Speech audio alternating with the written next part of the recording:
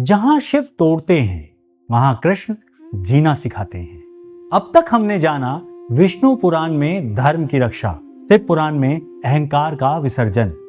लेकिन जीवन केवल नियम और त्याग नहीं है। भागवत पुराण कहता है धर्म आनंदहीन नहीं होता। धर्म तो जीवन का उत्सव है और इस उत्सव का नाम है कृष्ण। भागवत पुराण क्या है? भागवत पुराण भक्ति का सबसे मधुर ग्रंथ है। यह ईश्वर को दूर सिंहासन पर नहीं, जीवन के बीचों बीच लाता है। कृष्ण माखन खाते हैं, बंसी बजाते हैं, मित्र बनते हैं, सारथी बनते हैं।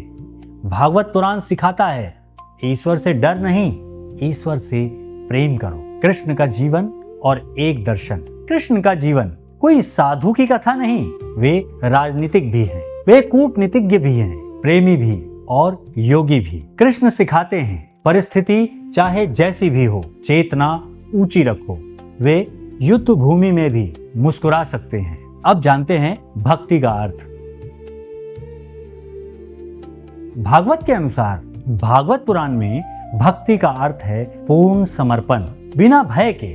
गोपियां, सुदामा, विदुर ये भक्ति के उदाहरण हैं। यह भक्ति मांग नहीं करती, सौदा नहीं करती, बस प्रेम करती है। भागवत कहता है जहां प्रेम है वहीं ईश्वर है।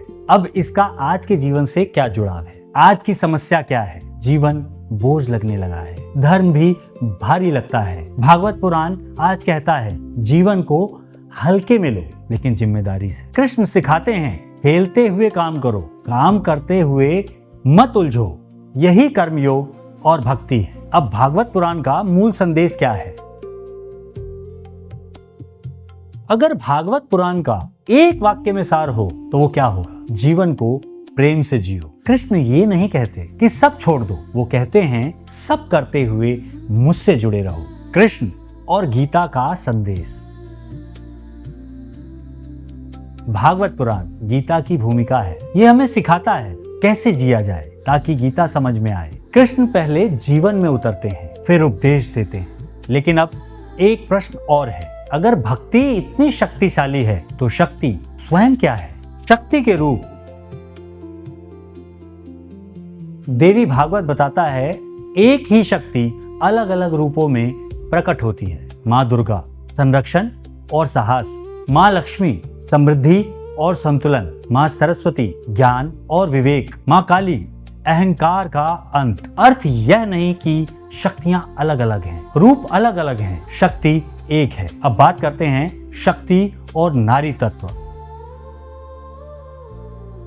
देवी भागवत नारी को केवल एक कोमल नहीं दिखाता, वह नारी को सृजनकर्ता, संरक्षक और योद्धा तीनों रूपों में दिखाता है। देवी कहती हैं करुणा मेरी शक्ति है और आवश्यकता पड़ने पर संहार भी। ये पुराण हमें सिखाता है कि शक्ति को दबाओ मत, उसका सम्मान करो। आज के जीवन से जुड़ाव। आज सबसे बड़ी समस्या क्या है? ऊर्जा का संतुलन, भावनाओं का दमन, नारी शक्ति की उपेक्षा। देवी भागवत कहता है जहां शक्ति दबाई जाती है वहां विनाश शुरू होता है। आज शक्ति का अर्थ है आत्मविश्वास, निर्णय लेने की क्षमता, अपनी सीमाएं पहचानना। अब देवी भागवत का मूल संदेश क्या है? अगर देवी भागवत का एक वाक्य में सार हो तो वो क्या होगा? शक्ति को पहचानो और धर्म स्वयं जाग जाएगा। देवी डराने नहीं आती, वे जगाने आती हैं। भक्ति और शक्ति का संतुलन।